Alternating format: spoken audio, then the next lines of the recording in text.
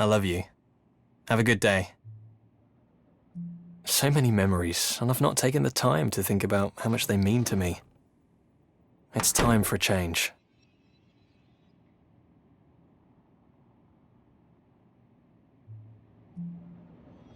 I should have looked at this view more. I'll do that from now on.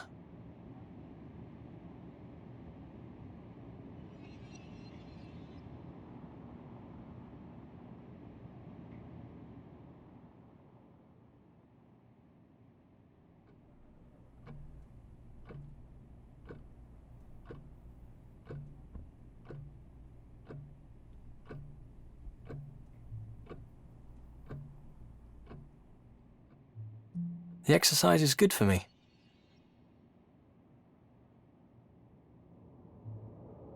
Sure, I go to the gym, but will that see me through? Technology, elevators, phones, it's all too instant. I've got to think long term.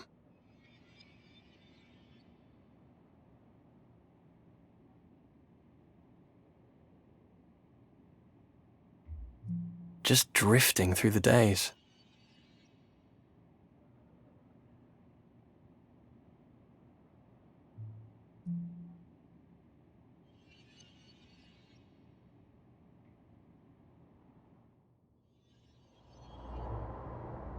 I'm going to change things.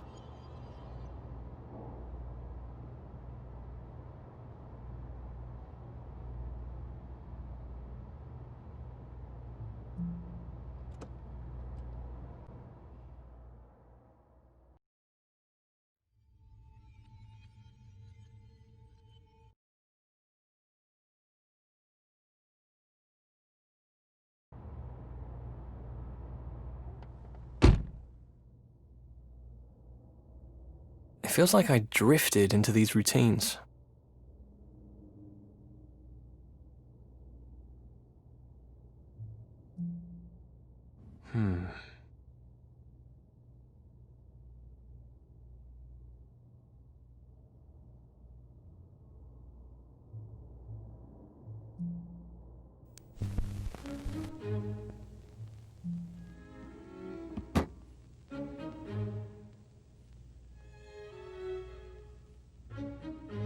Some routine is good, sure. But, I don't know. We're getting lazy, I don't want that.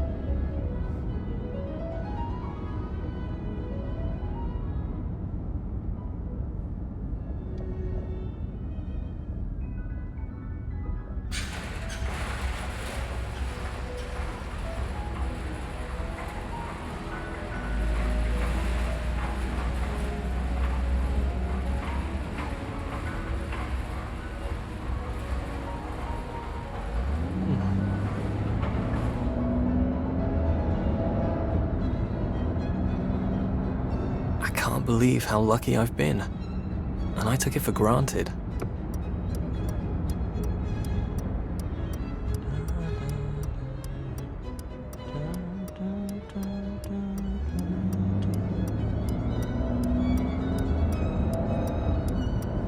I've let myself lose track of what I want after everything we've been through.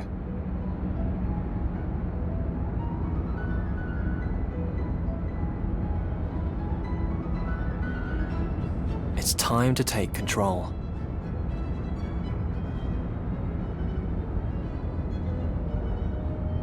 I can't think how often we chatted there, talking late into the night.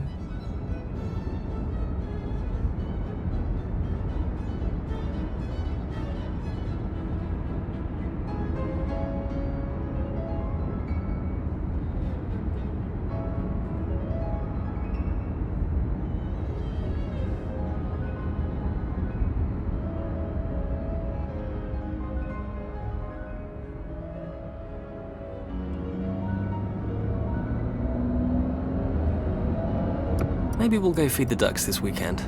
I love the way they walk.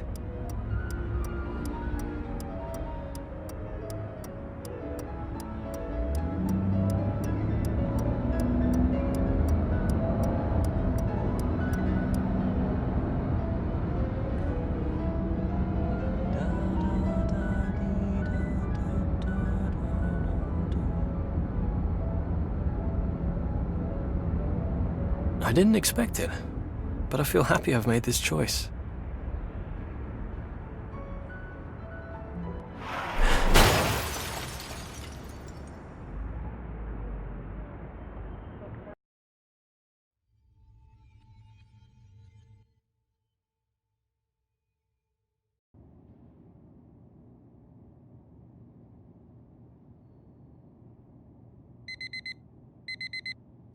Patterns.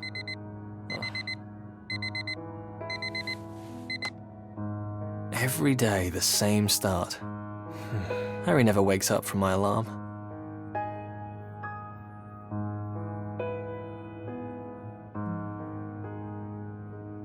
A routine is good, to a point.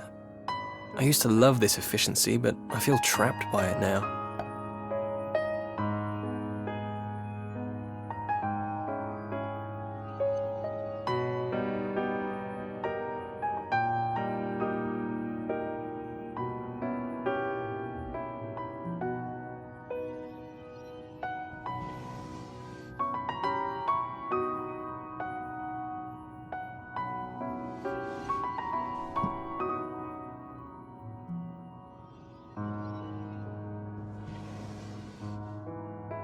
Harry likes me in this t-shirt.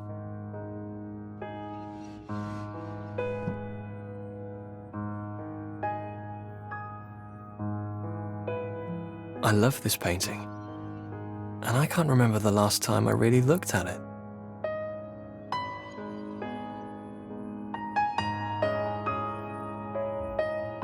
Great stories trapped in a moment.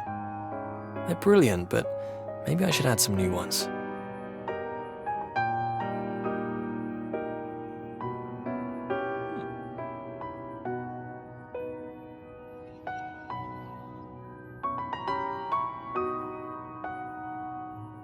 I'm grateful for everything we have, but probably not as much as I should be.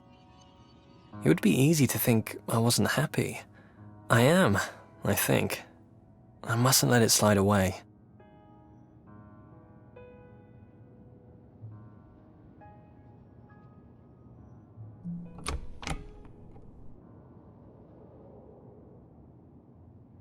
Even here I get into patterns. Bathroom first, then kitchen for breakfast. Maybe I should change that.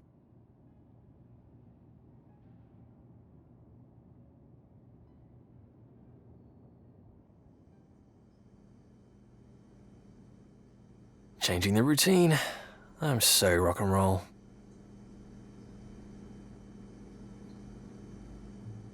Tea.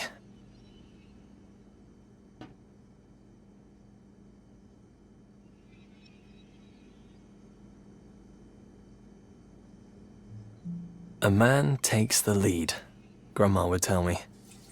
I guess I need to step up to the line. I've got a great thing here.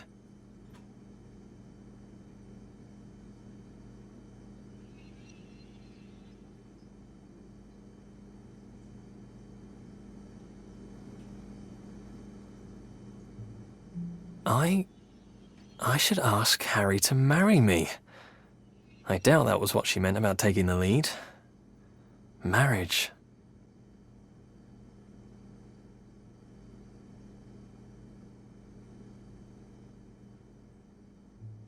I think maybe Grandma would be okay with it these days. Then again, maybe she wouldn't.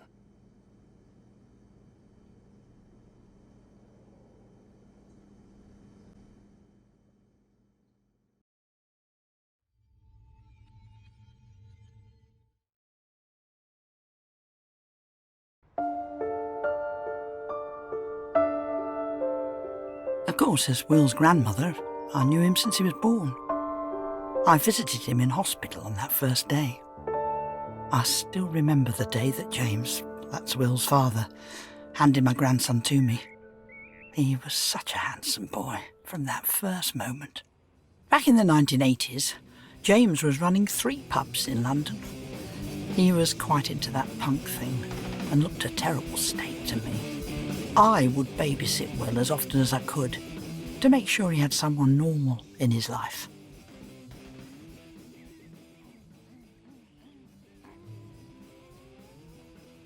Sharon was always reading. She taught art history. Never really made much money.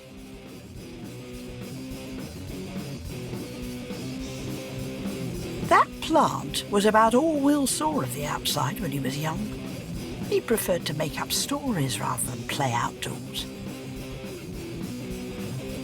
Will had to play by himself a lot. Sharon had complications at the birth, so he was never going to have brothers or sisters. Sharon, Will's mother, broke up with James for 3 years at one point and took Will away to America, where she comes from. They had met through James's work. No wonder, really. There was always music playing when I got to the house. Some awful racket. Not the sort of thing a child should be hearing. I always turned it off.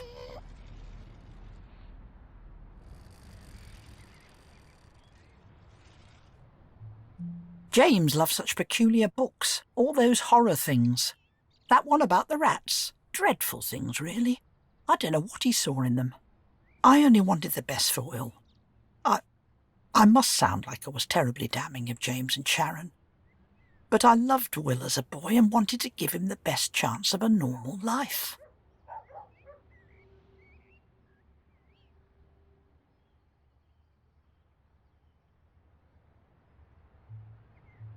I remember that night because Will had been unusually quiet all evening.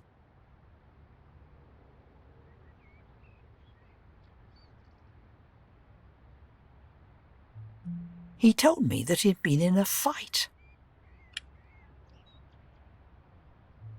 Another boy had been calling a girl names because she had dark skin. Will had tried to stop the other boy, but he had been punched in the stomach. I asked him if he had cried, and he said yes. I told him that big boys don't cry. I remember him asking me then, what do big boys do when they're sad? When he was grown up, I told him he would be a good man.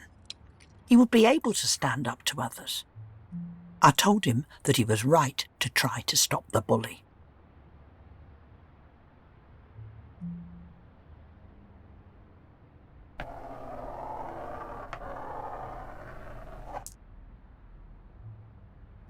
Now I think about it, I don't think he was very comforted.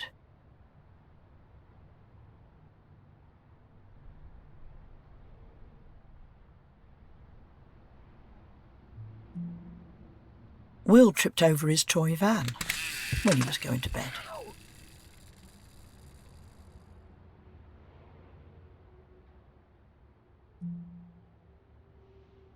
I remember carrying him. He was trying so hard not to cry.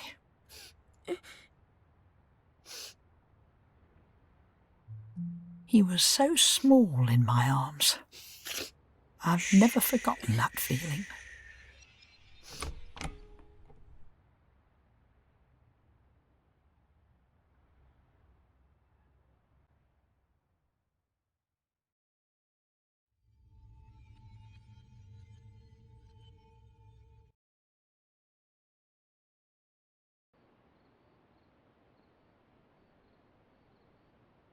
It's most odd what sticks with you. A whole patchwork of memories making up our lives.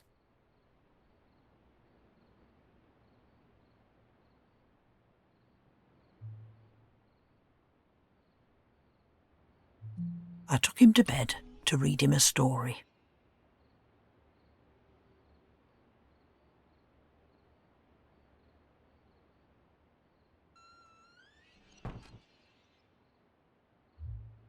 He liked ghost stories, but I thought he was too young for them. He would get very scared after the light was out. Sharon kept on buying him more, though.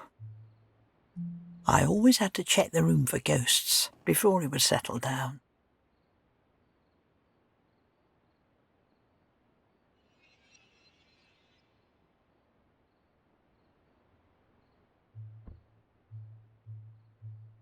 I made sure he could see me looking carefully.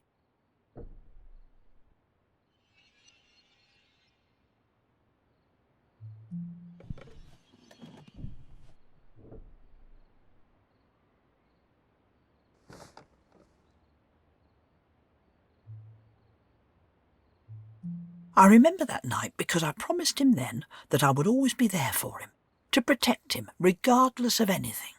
He probably thought I meant about ghosts, but I meant it for everything. It's not the kind of promise you forget.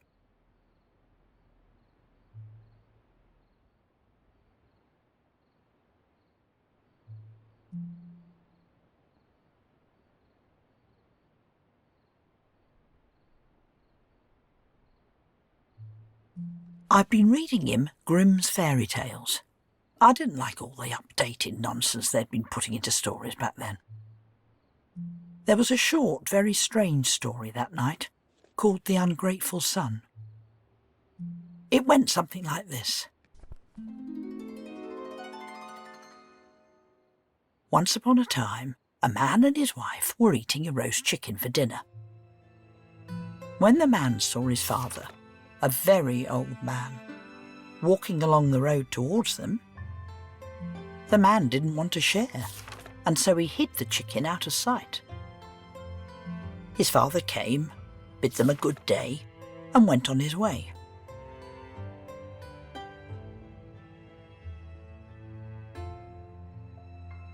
The man was happy with himself, told his wife to get the chicken and put it on the table again. But the chicken had transformed into a giant toad, which leapt onto the face of the man. The toad would never leave, and when his wife wanted to help, she was so afraid of it that she dared not go near. The man had to feed the toad every day from then on, or it would bite his face, and he never rested for the remainder of his life. Like I say, it was a very strange story.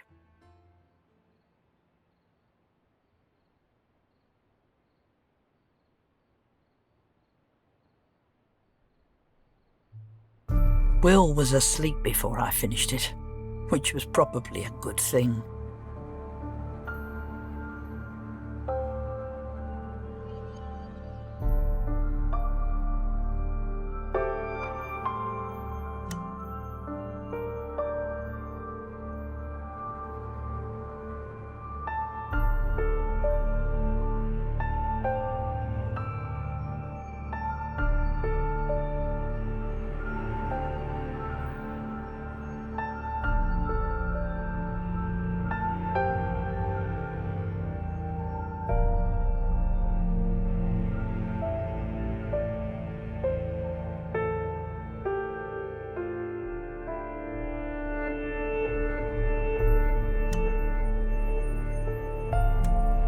It left me in an odd mood.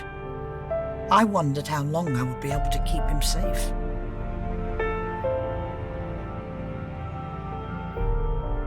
The world is so unpredictable. I would do my best like all good grandmothers.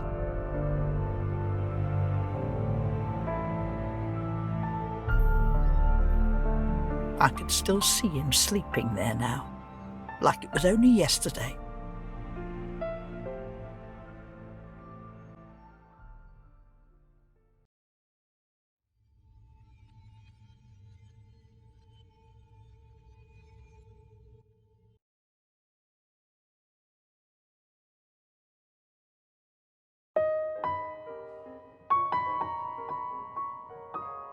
I had raised James, so I thought I would be ready for anything from my grandson Will. But I wasn't daft enough to think that it would be easy. The world changes so fast.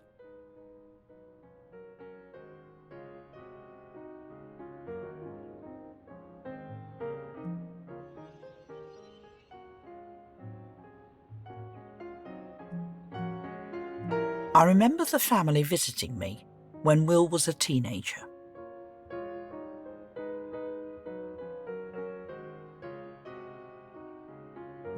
Do you know Al Martino's Here in My Heart? He had such a lovely voice. It was playing when Robert first kissed me. Robert would hum it to me sometimes.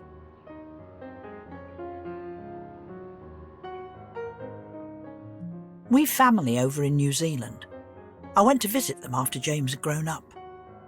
We still write letters to each other at Christmas, you know. It's important to stay in touch with your family, even when we're so spread out.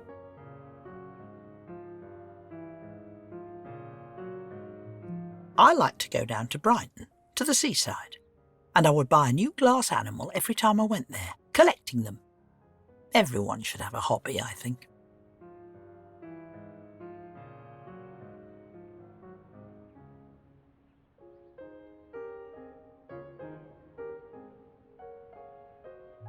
My husband Robert was a writer, like Will. I think they would have loved talking. Maybe Will's interest would have inspired Robert to push a bit harder in his work. Back then, Diana had just done that interview, and so we were all waiting for the divorce. There was no way we thought that they could stay together. People seem to believe that all us old folk want to talk about is the weather, so I started the conversation. I see that Diana is in the news again. It seems like she's never out of it these days. It's about time she stopped keeping everyone waiting. I think it's sad. She was bullied into all of this from the beginning. The rest of the conversation didn't go well. Will frustrated me so much. Sharon didn't join in, but it wasn't hard to imagine what an American might think of it all. James didn't help. He has always been so obtuse in his views. I wish I hadn't even tried. They didn't want to hear my views. I said that I was going to make some tea. No one offered to help.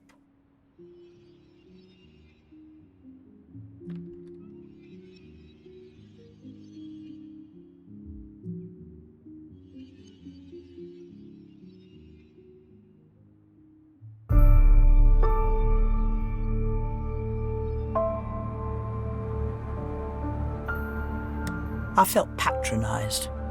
I don't think they really wanted tea. I didn't really want it either, but I didn't want to stay in there.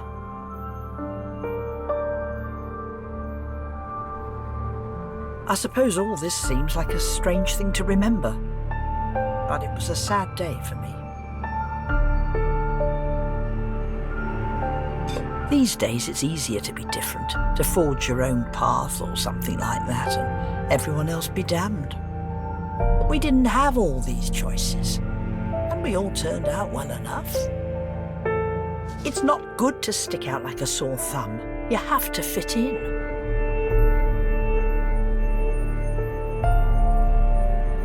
James and Sharon were both adults, but Will...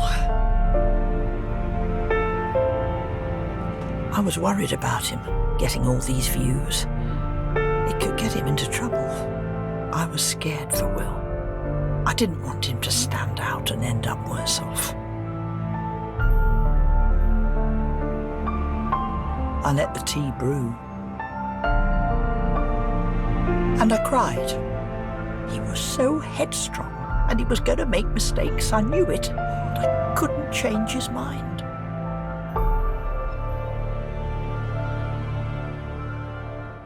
I knew something had been broken that day between Will and I.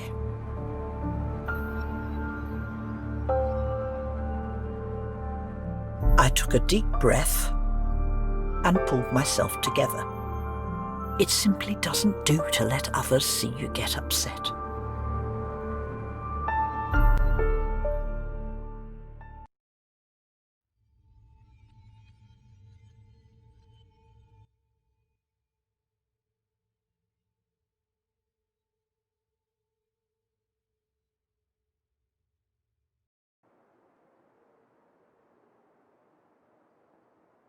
I've lived alone since a little time after Will was born.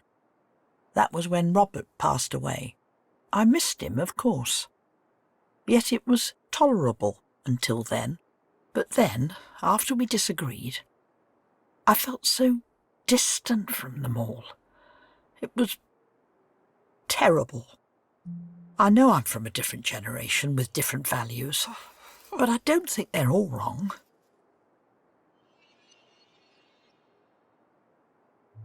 I wasn't prepared to accept that Will wasn't going to talk to me anymore. You can't accept it, really, when you see someone you love putting their future at risk. All these free ideas about people choosing their own way to live. He would understand later. But how much later? What damage might he do to his life before he saw that you need to fit in to get along?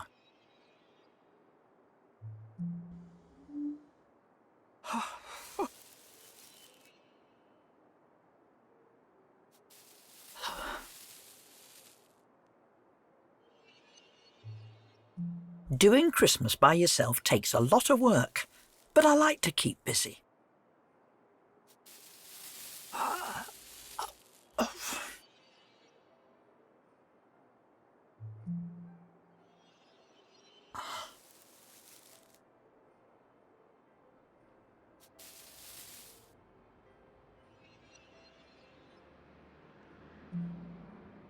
I try to keep in touch with friends. Of course, there was no email or that sort of thing back then. There's nothing like a real letter now, though.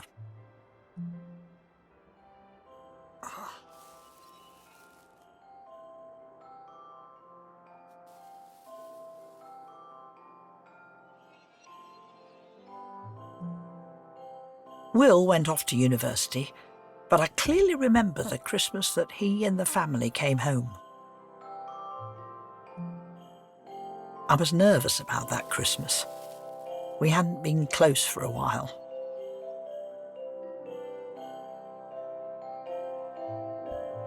I wanted the house to look perfect. Will was going to bring a girlfriend, Sarah, and I wanted her to get the right impression.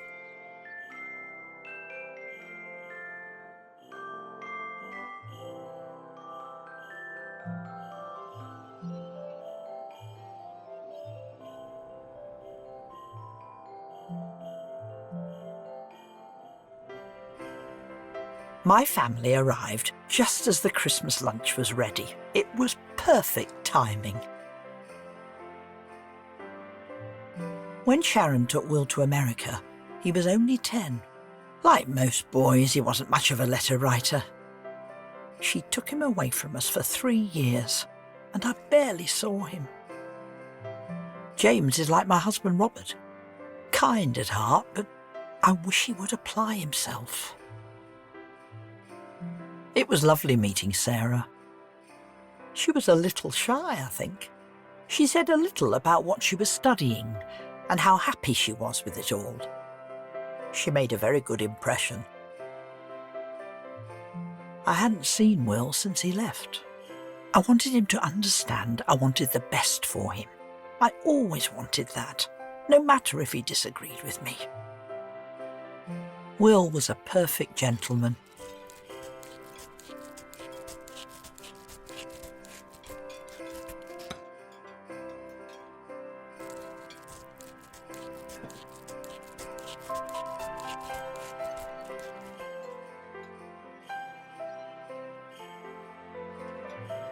He was so courteous and attentive. Thanks.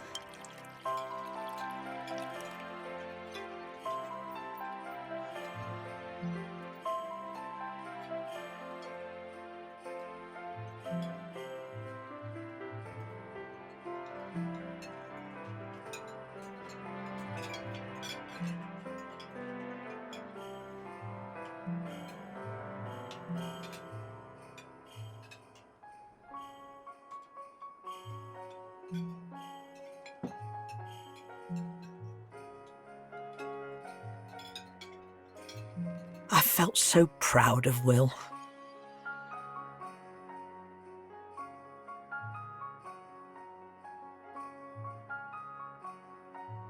He was becoming the man I had hoped he would be.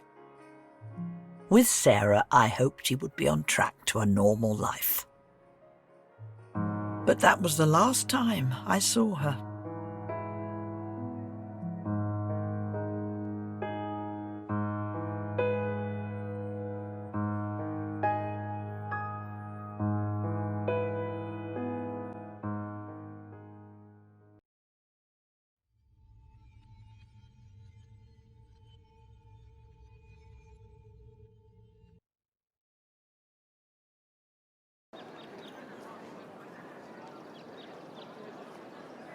The next summer, I went to visit Will at university.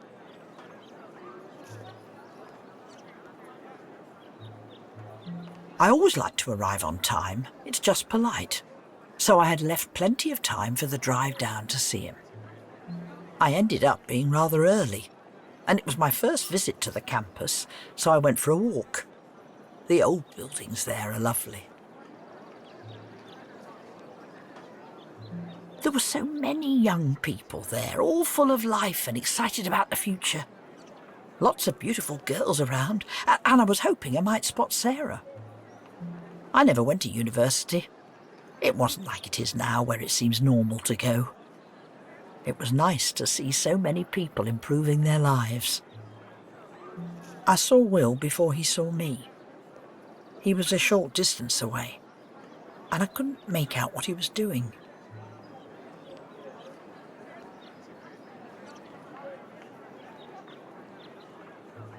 Then I saw that he was holding hands with a man. And then, right out in front of everyone, they kissed.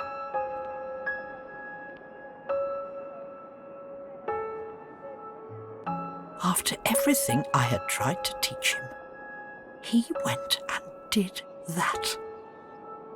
I couldn't believe it. I knew those views of his would get him in trouble.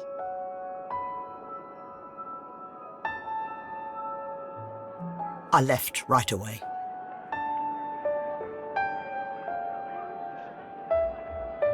What was I supposed to say to him then?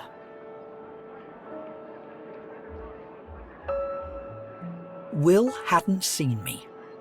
I simply had no idea how I could be expected to act like everything would be okay for him. He was so young. He didn't see the trouble he could get into if he kept doing that sort of thing. The university suddenly seemed like a place full of smug, self-satisfied people. Ugly.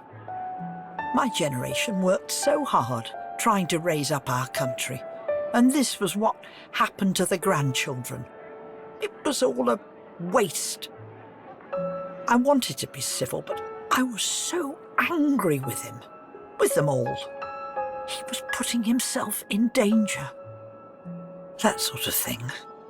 It all just feels wrong to me. Sorry, but that's just the way I feel about this.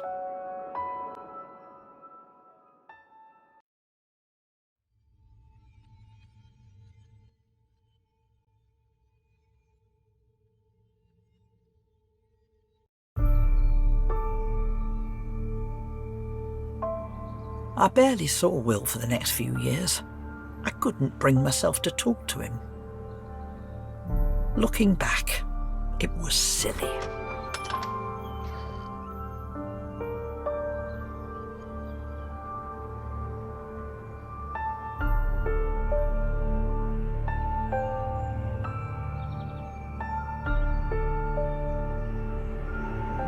He had gone travelling after university, and I stayed at my house.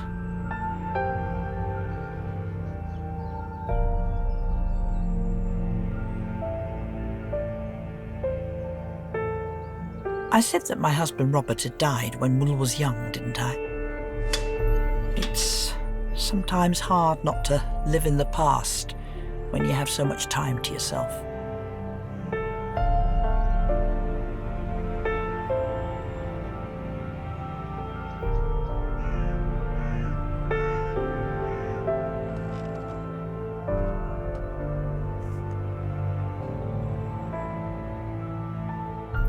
I don't know if he knew how much I loved him when he was growing up. I remember so clearly before he changed, when he was just a happy little boy.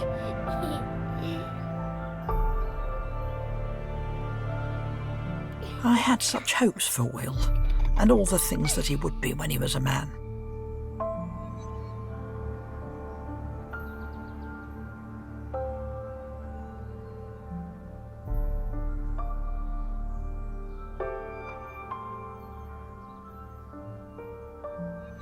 But life goes on.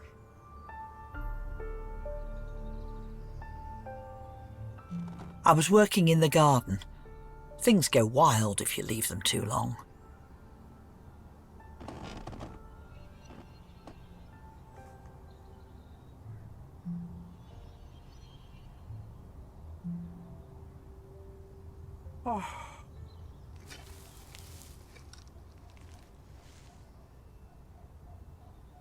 Will had been travelling the world.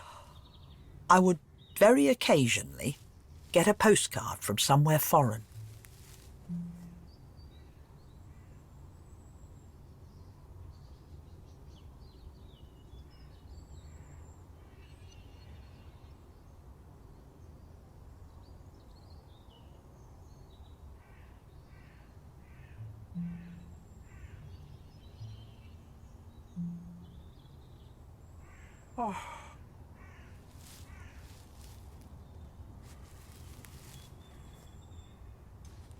This was before he went into the travel journalism. I worried about him so much.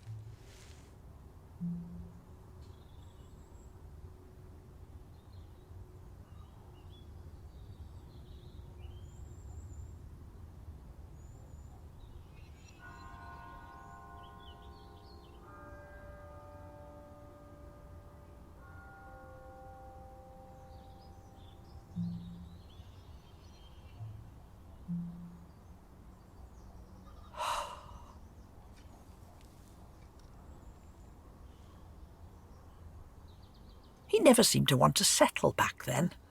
I don't know if he was happy. Everything had to be changing all the time for him. The doorbell rang just as I was finishing weeding.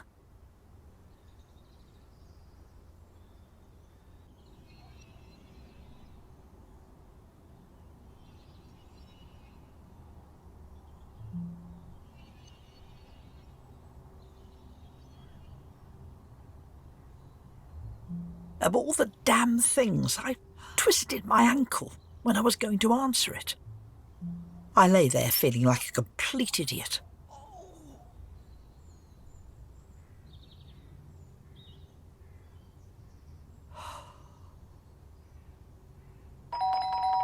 There was nothing I could do. I tried to move, but it hurt too much. I called out for help.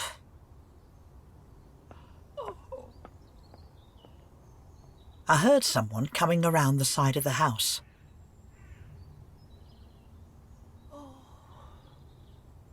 Will had come to visit after coming back from travelling.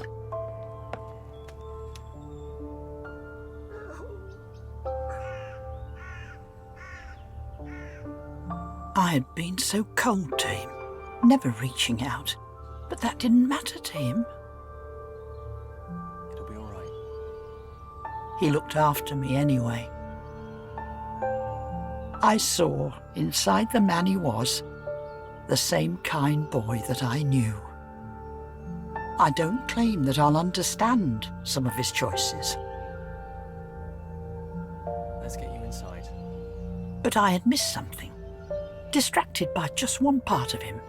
I missed that he was the kind, strong, loving man I had always wanted him to be. The best sort of man. He was even kind to a fool like me.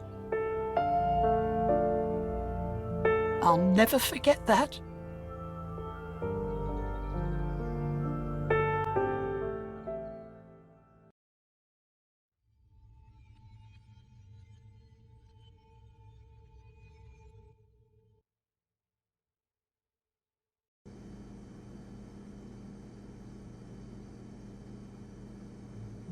So much changed since Grandma was young.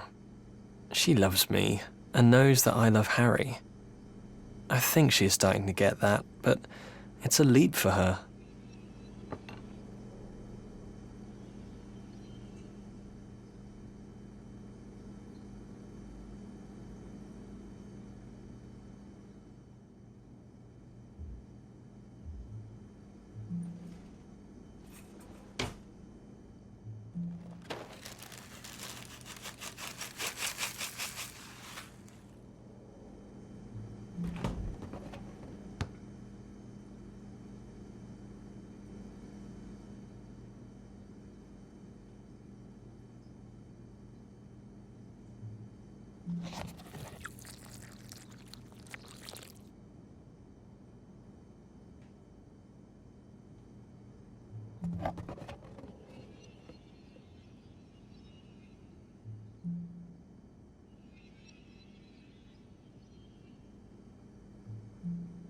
It's real weird looking back at my childhood.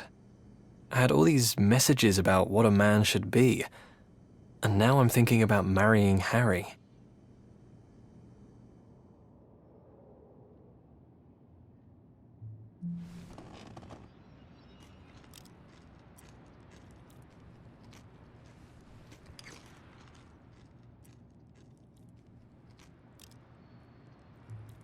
I love him, no doubt there.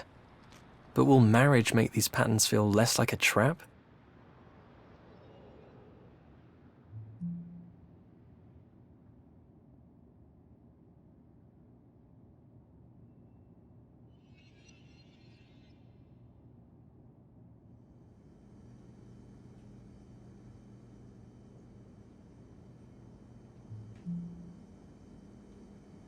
I feel like he helped me to get where I am, but I don't know if he's everything for the future, too. How do people usually decide this stuff?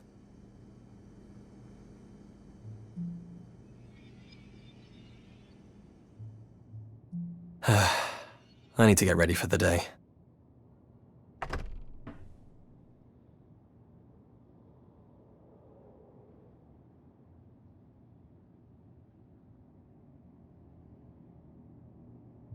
Love is a strange thing. Totally personal, but shared by everyone too. I remember I loved Sarah when I was with her at uni. What would be the point in marriage? I hurt Sarah when I was with her. I'll hurt Harry too, in the end. I don't deserve someone like him.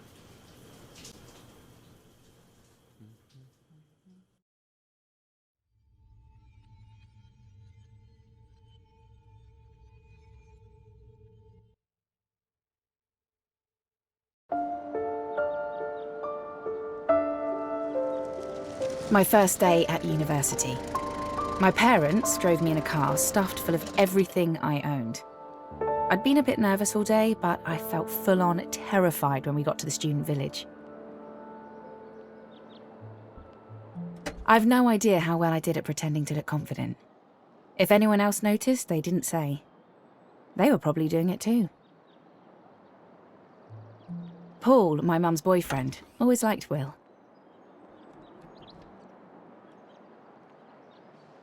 It seemed like I had an enormous amount of stuff.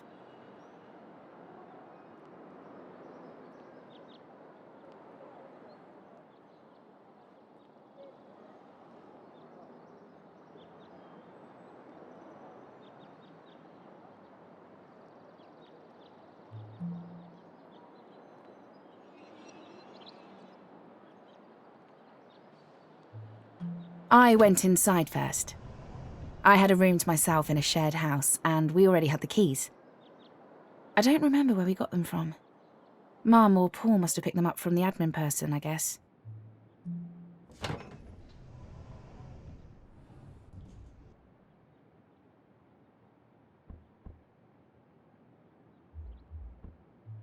Walking into my dorm room for the first time, I could only think about my own nerves. It's one of those things that we do sometimes. We forget about the feelings of others. Yes, I was scared about it all, but how did Mum and Paul feel?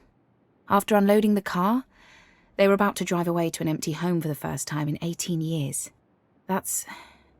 Maybe it was a scarier day for them than for me.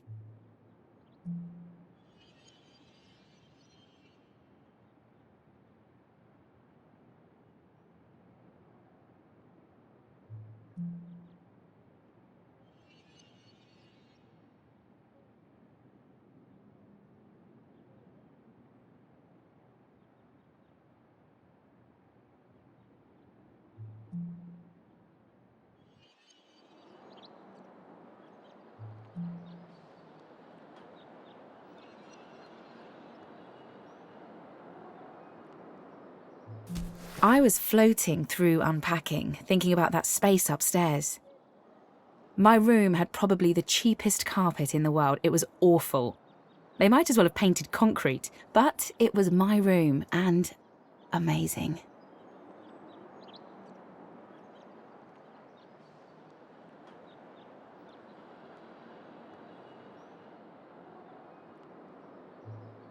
You remember how that felt? Having control for the first time. I felt terrified, but excited too. Though mostly just lost. I didn't realise everyone felt the same.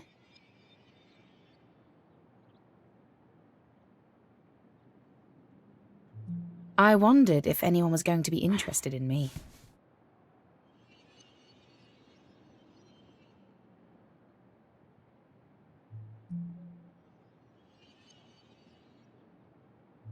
It's not like I felt awful about myself, just like I was really average.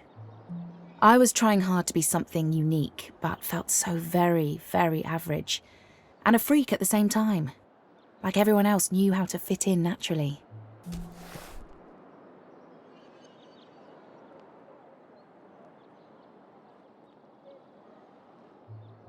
Actually, cute's the right word. I didn't really think about sexy back then, I guess.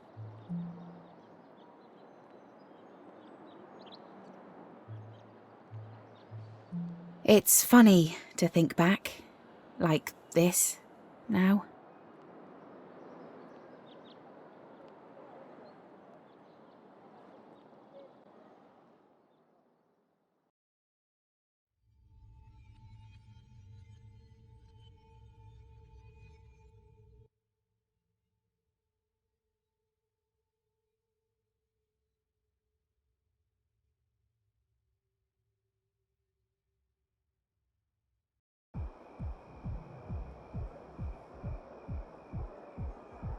I didn't notice Will again for a couple of weeks. If I'm honest, I'd forgotten about him while I got set up in my new home, though he must have been in the lectures. So anyway, I next noticed him through the window of the Union Bar. I remembered he'd looked back at me on that first day, and it made me smile.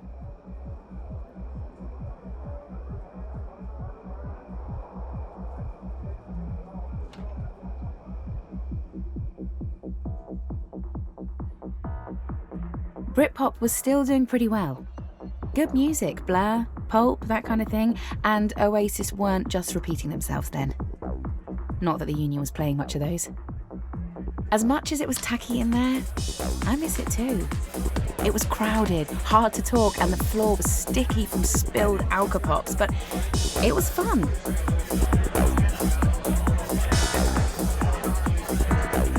I guess I set my sights on him that night. I was determined to at least talk to him.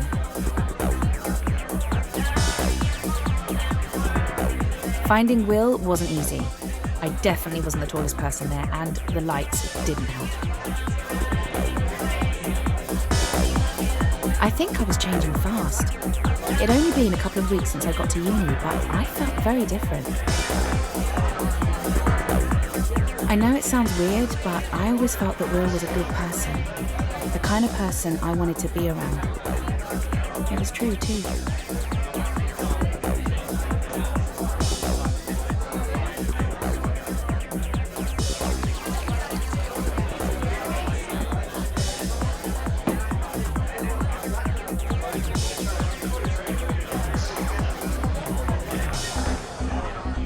Considering it was the first thing I ever said to him, it's funny that I have no idea what the conversation was about that I butted into. I think I was pretty obvious in my intentions. We had a few drinks and I remember pulling him outside.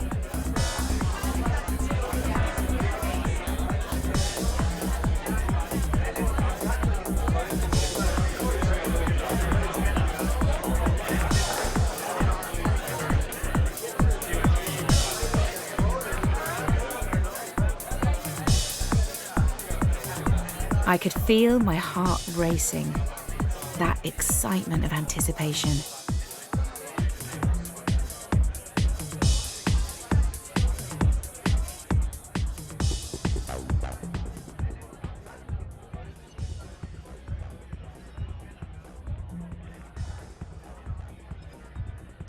The cold night air hit me and I felt a little dizzy.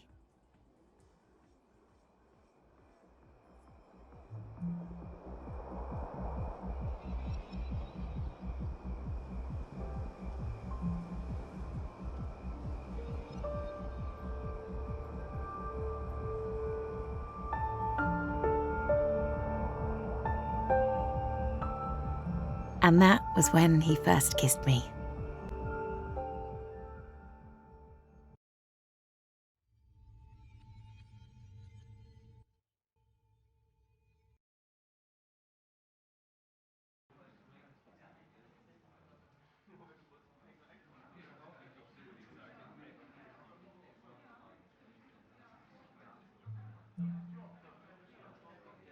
We went to the cinema for our first proper date.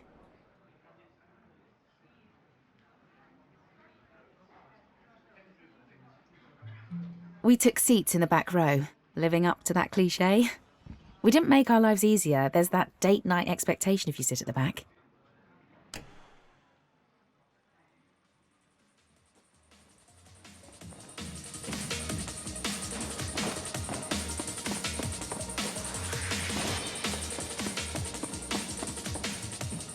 We sat there fidgeting, wanting to touch but scared to. I kept on trying to look at him from the side to see if he was looking at me. I wanted to hold his hand, but he seemed to shy away. Or maybe he didn't intend that. I shifted to rest my leg against his. It was awkward and definitely not the natural and subtle thing I was going for.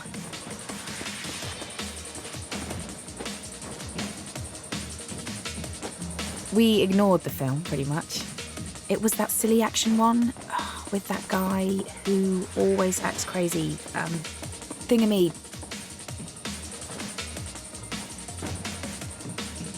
It was like everything else faded out.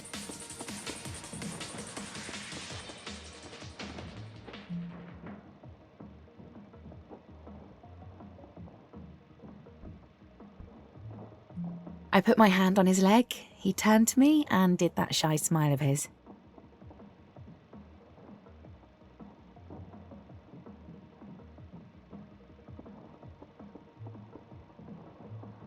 His hand was warm and dry, and his skin soft. He gently held the side of my face, turning me towards him.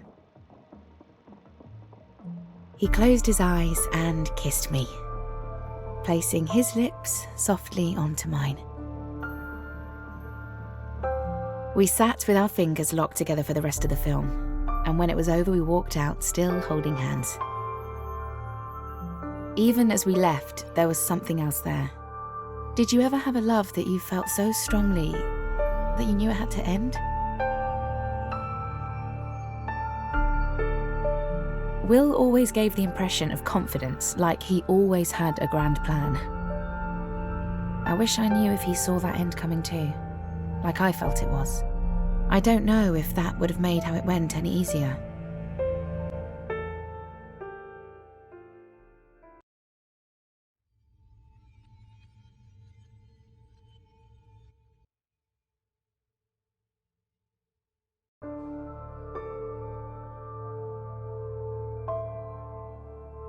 I'd been putting off unpacking all of my boxes, but the next day I finally got round to it.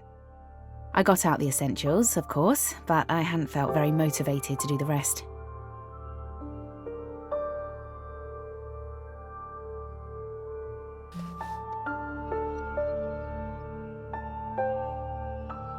I'd packed loads of my old books. Nothing really related to uni, I just liked having them nearby.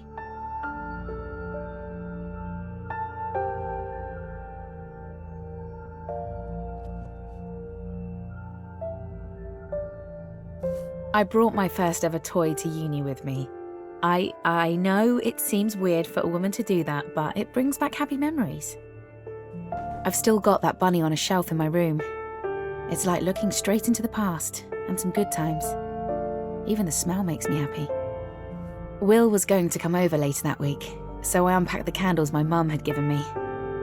I wonder if she suspected I'd fall for someone. She's a bit canny like that.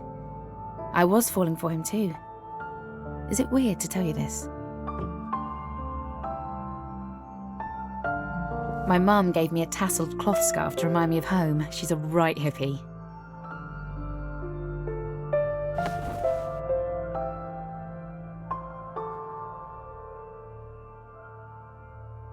I kept on changing my mind.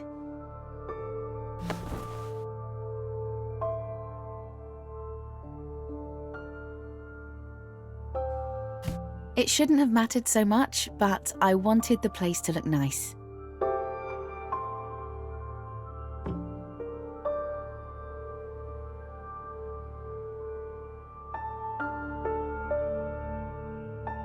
I must have spent ages just shifting stuff around.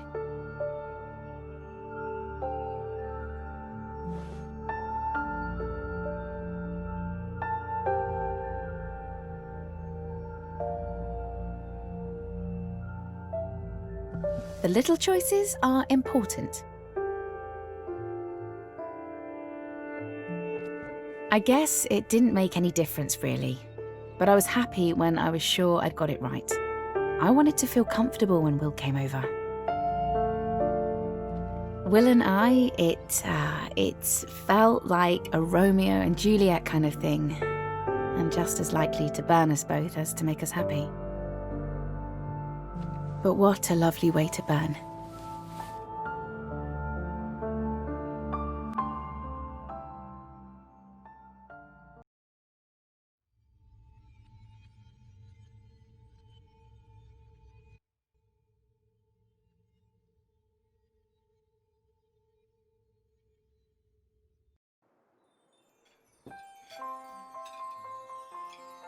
That Christmas, I met Will's family.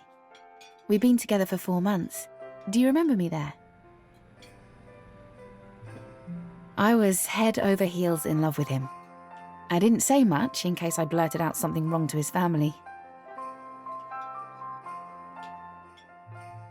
We were still at that stage where you constantly want to touch the other person. I loved that, but I didn't reach out with his family or there. I remember he lightly touched the back of my neck as he poured me some wine, and it sent tingles into my stomach. It was a really nice meal, and we all got on okay.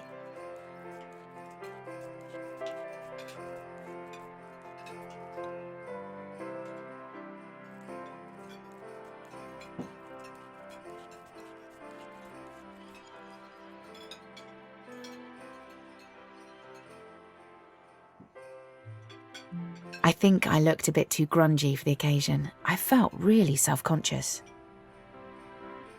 I loved him so much, but that feeling I had wouldn't go away, that it was all going to end. That Christmas Day, though, I felt like we had a chance.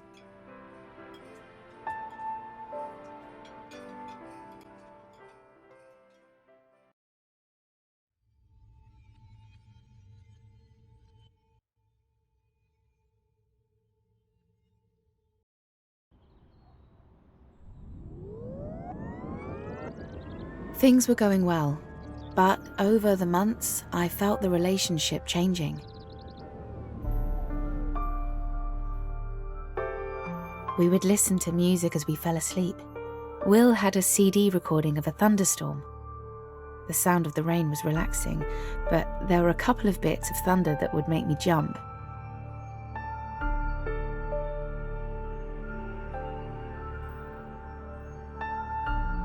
We listened to a lot of Portishead. Even now when I listen to them, I remember being back in that room, in his arms. I think we both could feel that an end was going to be inevitable. But we still were in love. Though sometimes lonely, in a weird way.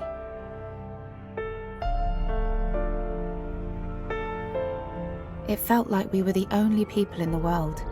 Maybe I didn't mind Will getting closer to Harry because it felt like our own love was too much for two people.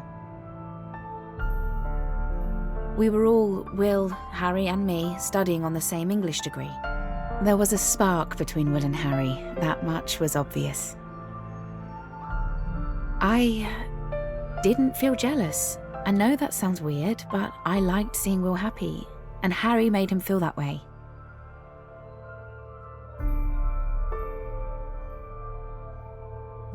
I'll never forget that time, seeing their friendship grow.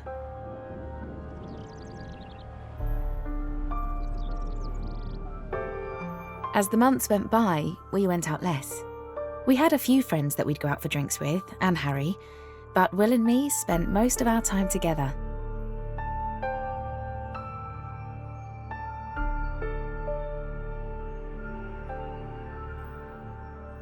Those memories will always be a warm place for me.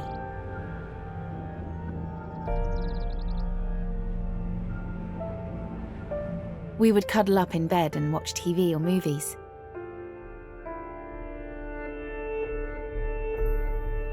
There was a transgender character on Coronation Street. We talked about that for a long time. I'd never had to think about my sexuality much. I'm straight, and as far as I knew, my friends up until that time all had been too. I just accepted Will for who he was, regardless of his sexuality.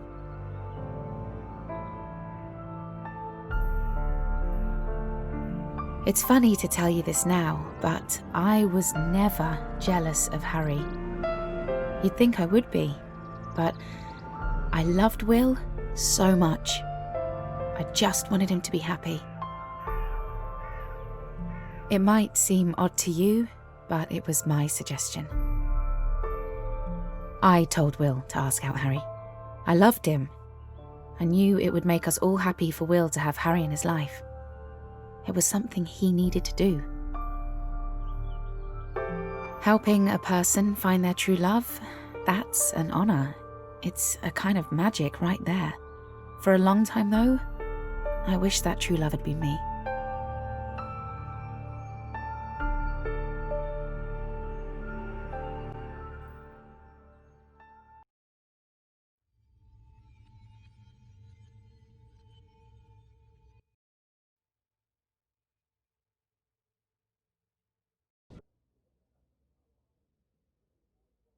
Let me paint a picture for you of the end. Will had been seeing both me and Harry at the same time for about 6 months. I can see you think that sounds weird, but it really wasn't. We were all open, safe, and honest about it. The picture.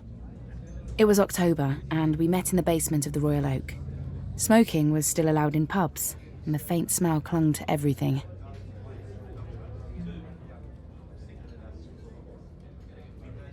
The tables were dark, heavy wood. The stone floor smelled slightly of disinfectant.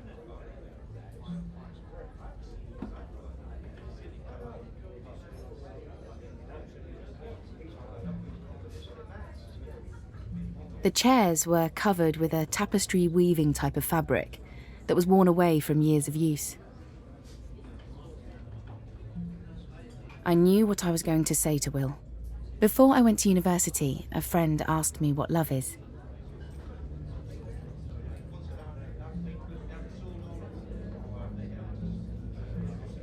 I told her that love was being able to tell a person that you never wanted to see them again. Even though it broke your heart to do it, you would tell them to leave you because it was right.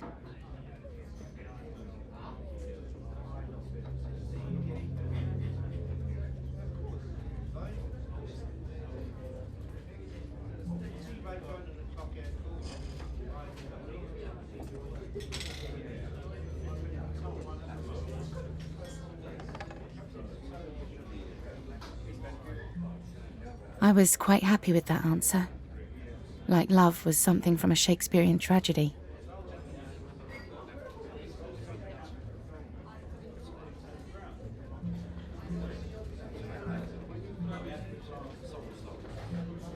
I don't know why they asked me. I'd never been in love when I said that. I didn't think I'd have to do it myself one day. I didn't expect to be right.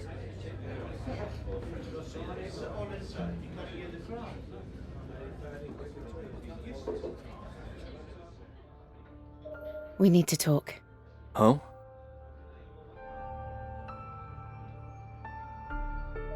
This isn't right. You mean us? I feel like I'm getting in your way. You're not. This is good.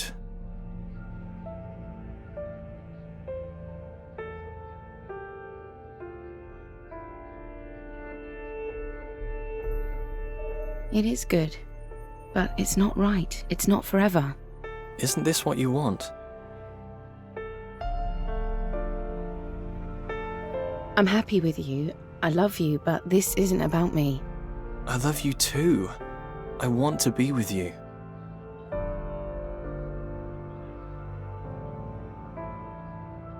I know. But that doesn't mean you should be. Is this it? Can I do anything differently?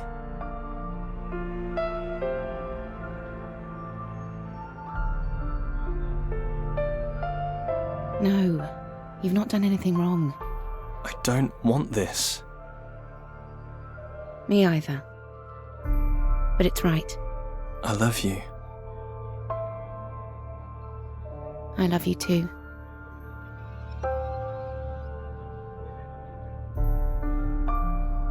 I loved him so much. It hurt so badly to let him go. I never forgot him. Love doesn't just stop. I still carry those memories of our time together with me, like a polished stone in my pocket. It feels so real, like I can really hold it in my hands. I cherish the memory of that time we had. I've never loved anyone like that again.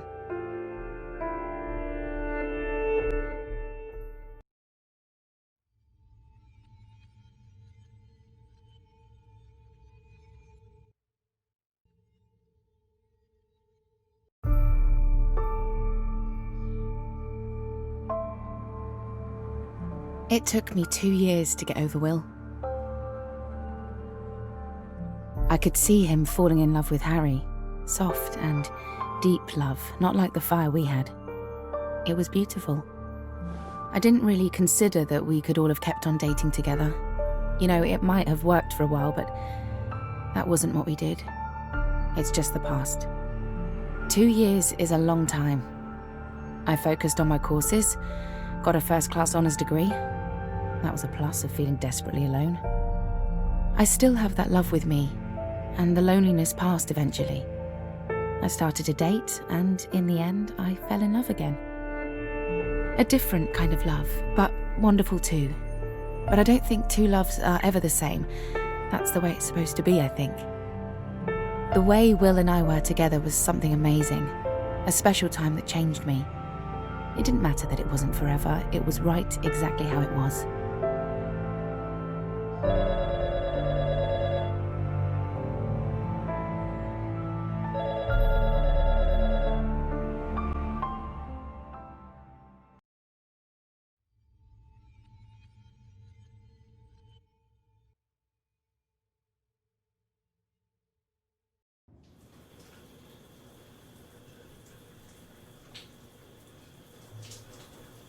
I loved Sarah. I still do, but Not the same as I did then. We go for drinks a few times a year. She's wonderful. It's easy to see why we dated. The breakup was hard, but right. The way I feel about Harry is, it's something amazing. She saw that coming. She's smart.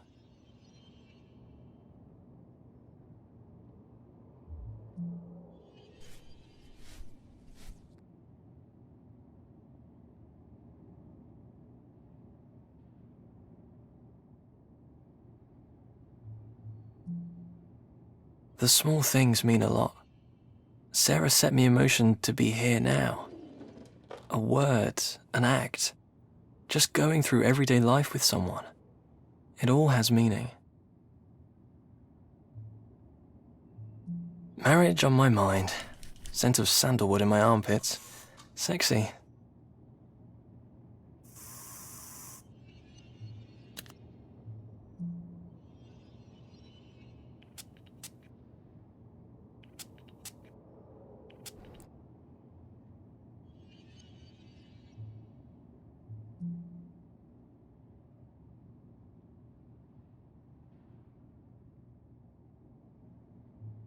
I've lost some of the wide-angle view of my life.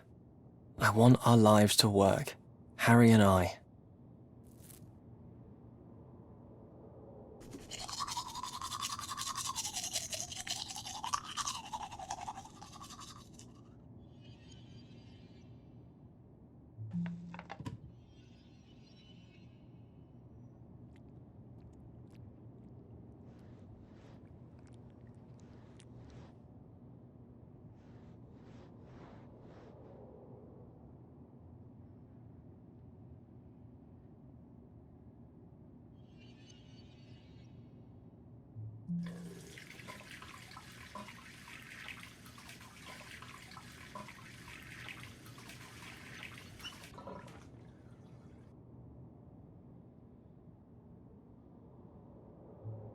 Sure, we're in patterns, but that's not bad.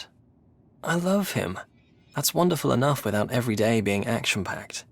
And there are bigger adventures beyond marriage.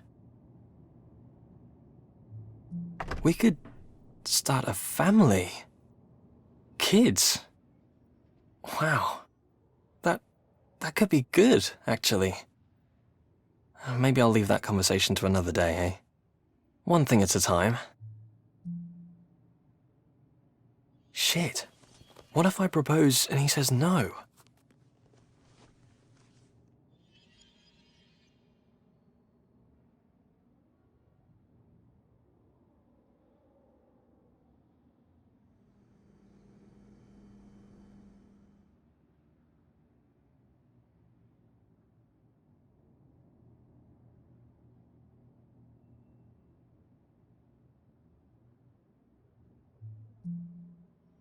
He wants this too, right?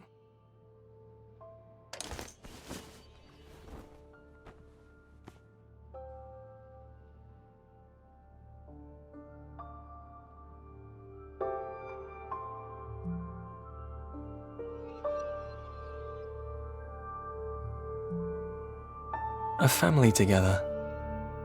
I think I'd like that.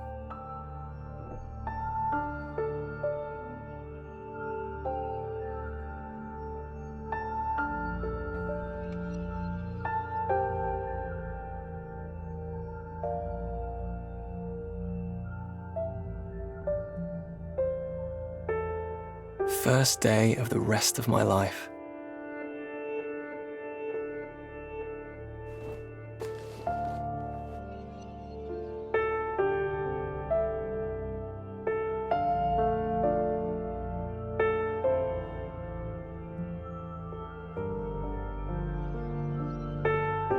I'll need these.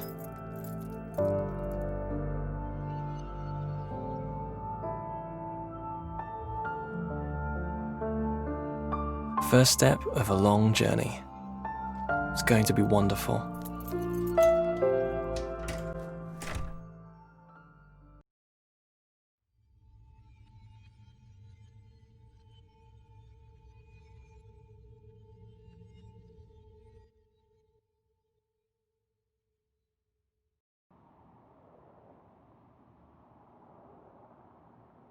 I love you.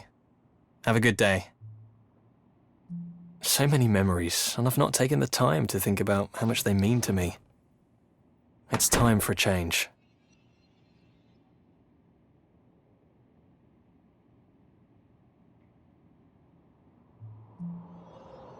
I should have looked at this view more.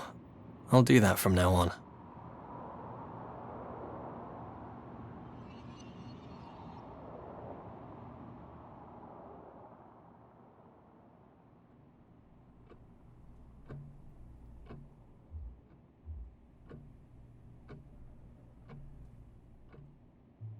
The exercise is good for me.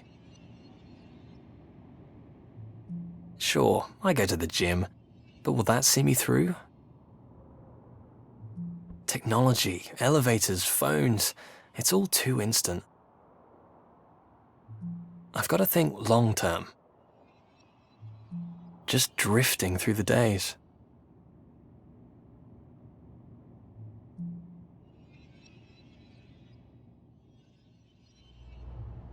I'm going to change things.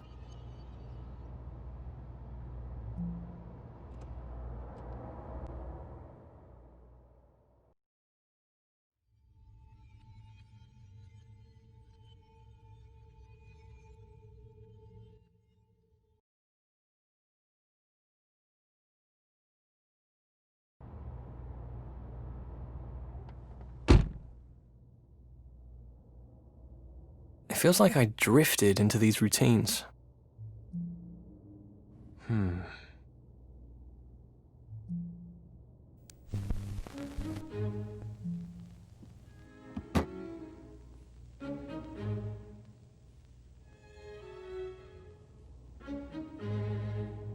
Some routine is good, sure. But, I don't know. We're getting lazy, I don't want that.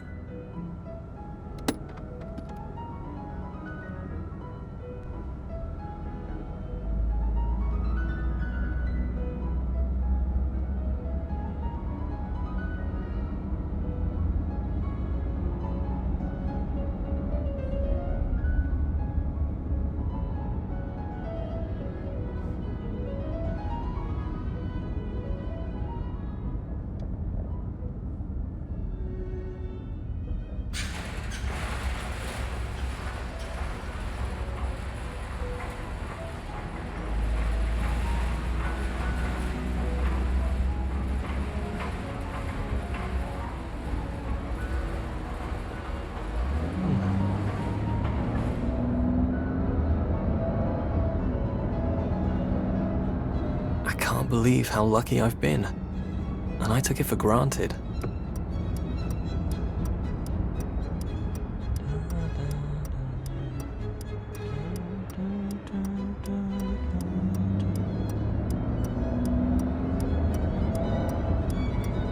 I've let myself lose track of what I want after everything we've been through.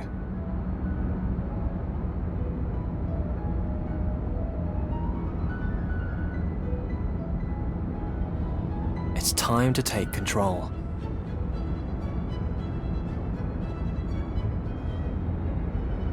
I can't think how often we chatted there, talking late into the night.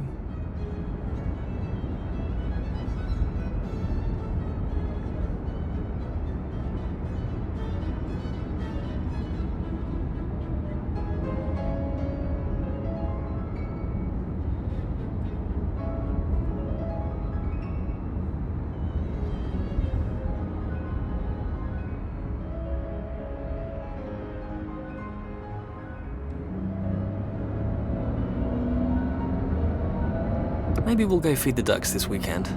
I love the way they walk.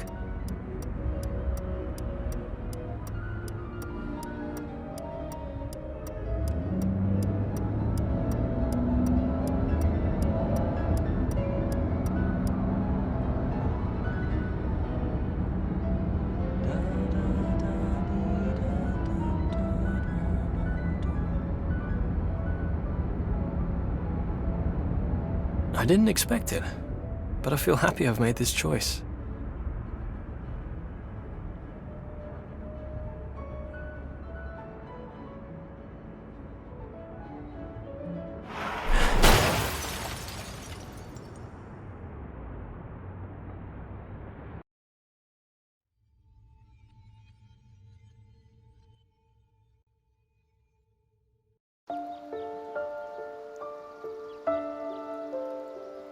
We loved to feed the ducks on a Sunday.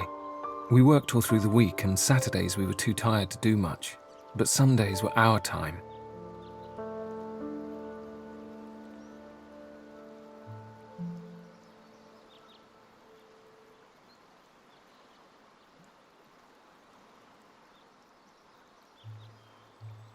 It was the end of the summer, but we went there even in the winter. It was out in the open. We felt free there.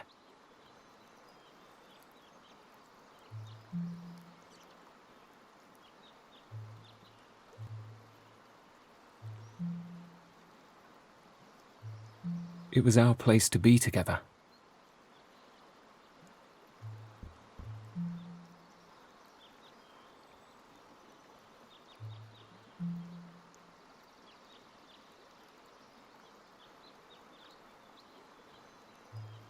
This whole place makes me think of him.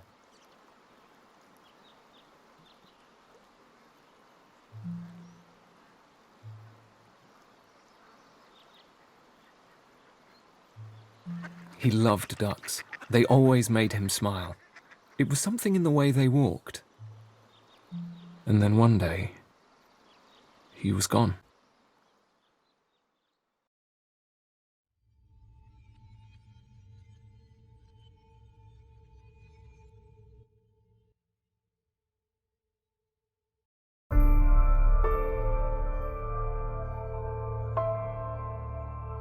I don't know yet whose fault the crash was, but he was driving. He was alive in the ambulance. But they say he never woke up.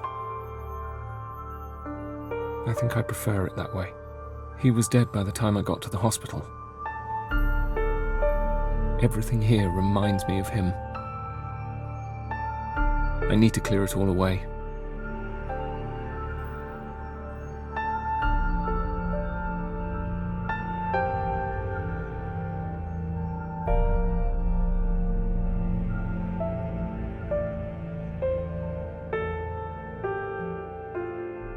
We would lie in bed and read, our breathing sinking.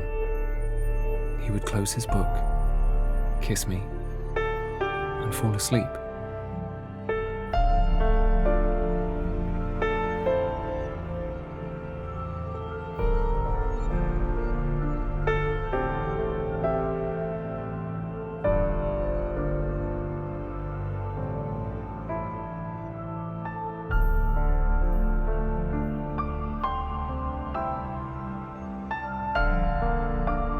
Such a small thing.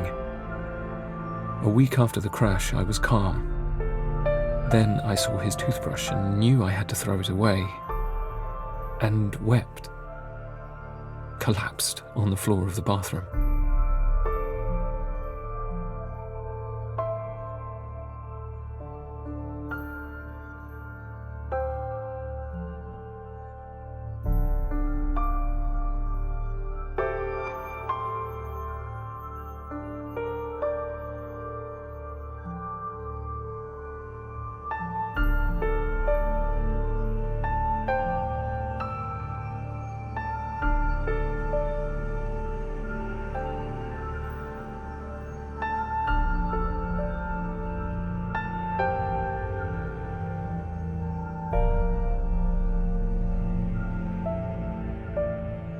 He loved traveling. I was the one who collected the souvenirs. I wanted to make this our home. It's only mine now. And I don't really want it anymore.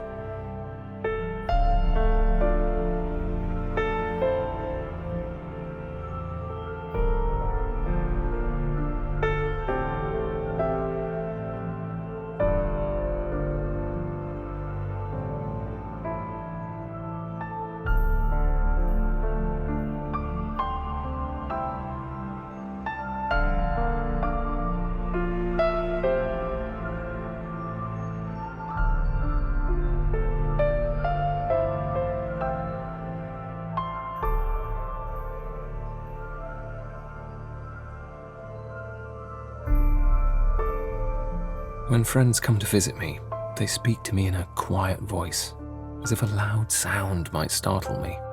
They ask about the missing objects. I say, I'm going for a minimalist look. They nod and give me a strange smile, but I know they don't believe me. They know the reminders hurt too much.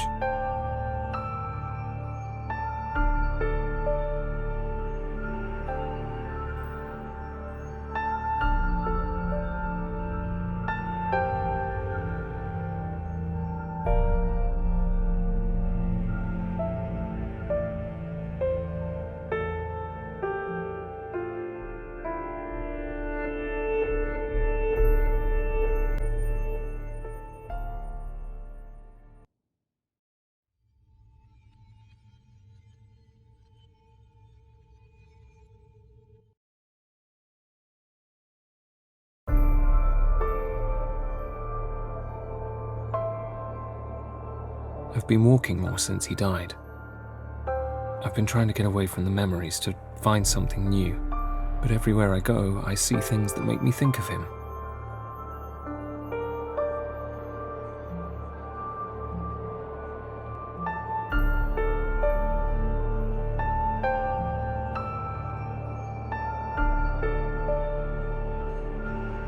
I'm not ready to sit at a table for one yet, staring at an empty seat.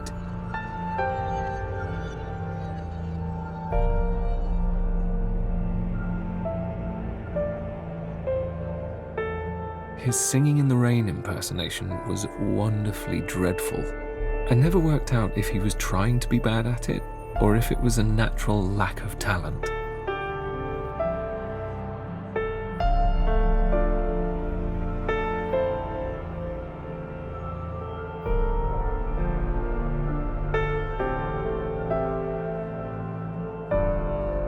His car hardly had any damage. It's just a habit to call it a crash. It wasn't much more than a bump. He was just sitting in the wrong position. His head turned the wrong way, and the impact broke something inside him. The doctors say it was a 1 in 1,000 chance. I think that's supposed to console me, but I just don't understand how.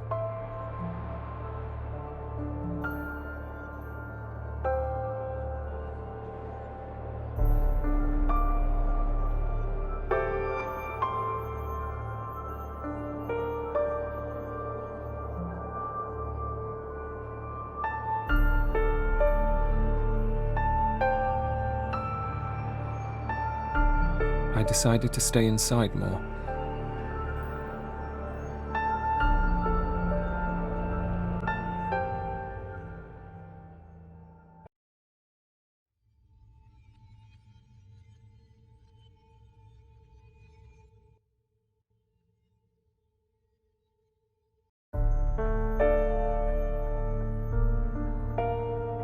Keep to the inside. I can control what's in here. But even at work, there are reminders. I need this space to be clear, so I can be free.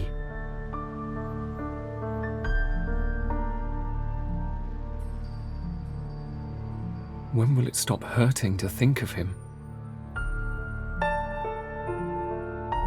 Less clutter, less things that remind me of him. It's all got to go. I can't stand how I feel inside right now. Something has to change. How are we supposed to go on in their absence?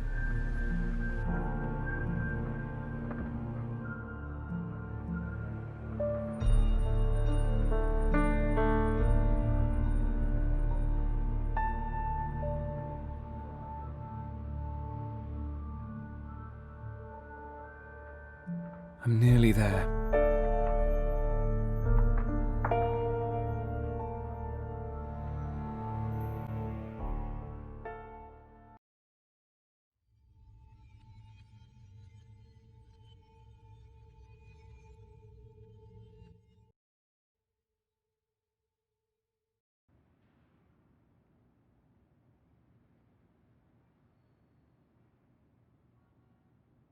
It's all gone. He's gone.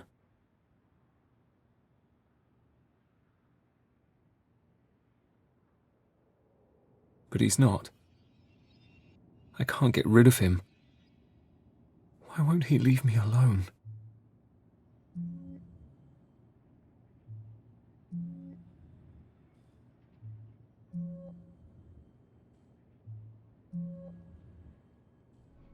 I'm different now. He changed me. I feel the space he's left inside me. But it's okay. It's his shape. That's going to be part of me that I carry forever. Denying that would be killing him again.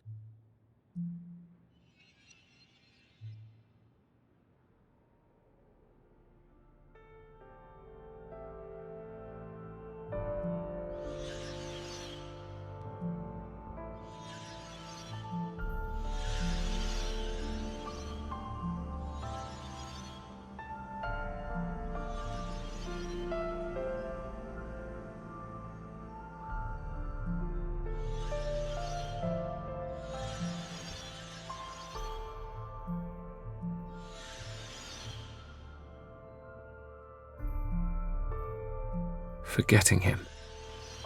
How could I think I could forget him? He'd call me an idiot and laugh, hug me and kiss me and hold me. I miss his arms. It's okay to long for him still, but I know it's okay to live again too.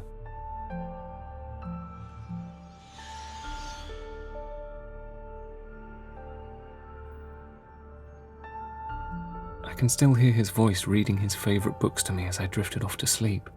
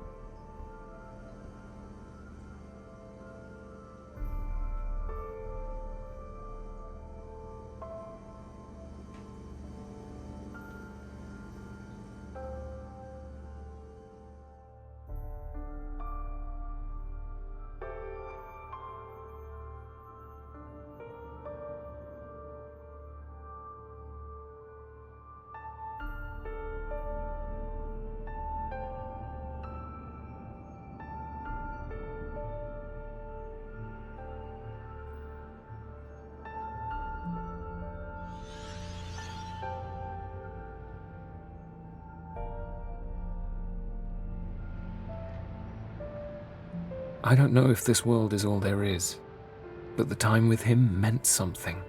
It was special to me. That time will never happen again.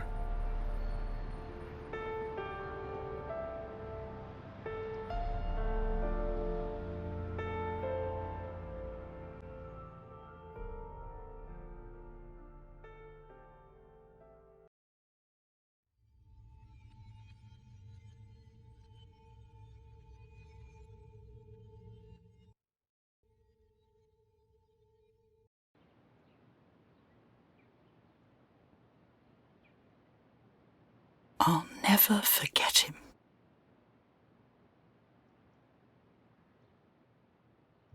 He reached out to me when I had pushed him away. Once I looked after him, but that day he looked after me.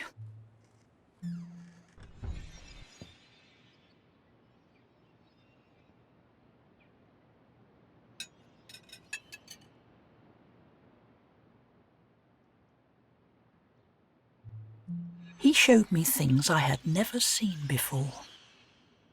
Okay, so this is the mouse. Yeah, so you can use this to click on things. Yeah, this bit's called the cursor. Yeah, where the arrow is. He often visited over the years.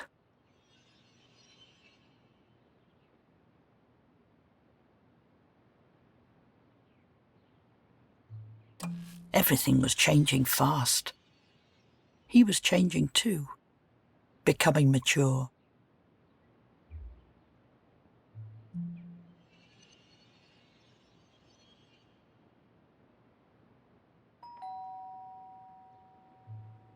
And then you came to see me.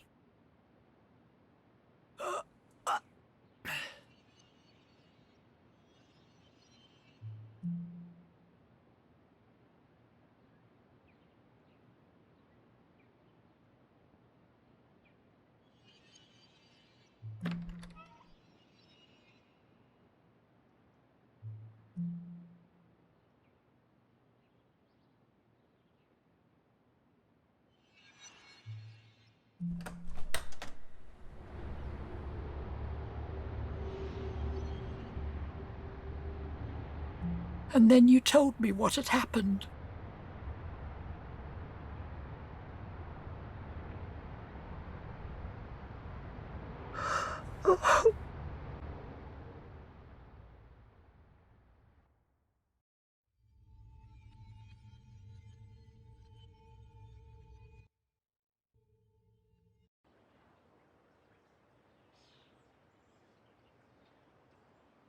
It's one of those strange things. I had just been thinking about Will. We kept in touch a little, then a few years later became friends again when he was working based out of London. It felt good to have him in my life again. He always talked about his family, life, and about you both. He told me how happy he was.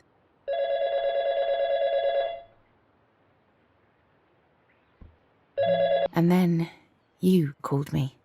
Hello?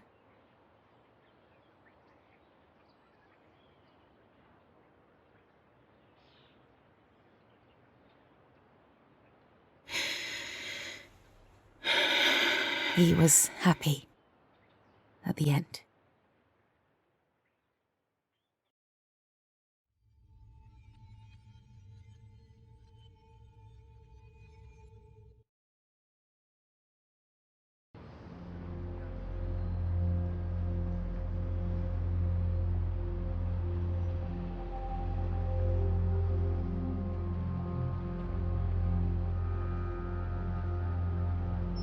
He loved you both so much.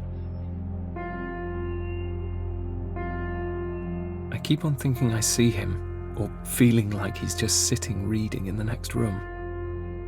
It's silly, really. I kept thinking about how bad my luck was, but that's not true. We were lucky. We were so lucky.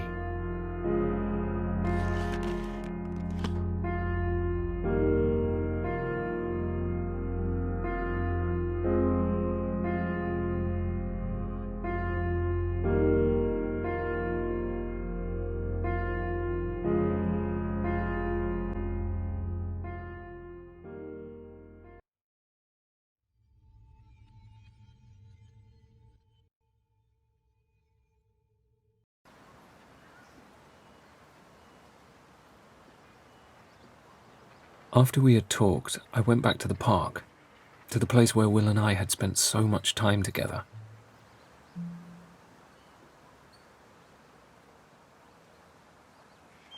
I had so many more fragments of his life that I had never known. I felt a kind of peace. Talking with them, even without Will, I felt I wasn't so alone. They carry him with them too. I just needed to let myself see that. Life isn't a planned event. It's just a journey. And some travelers only stay with us for a little while. I still miss him. But it's enough that, briefly, we walk together.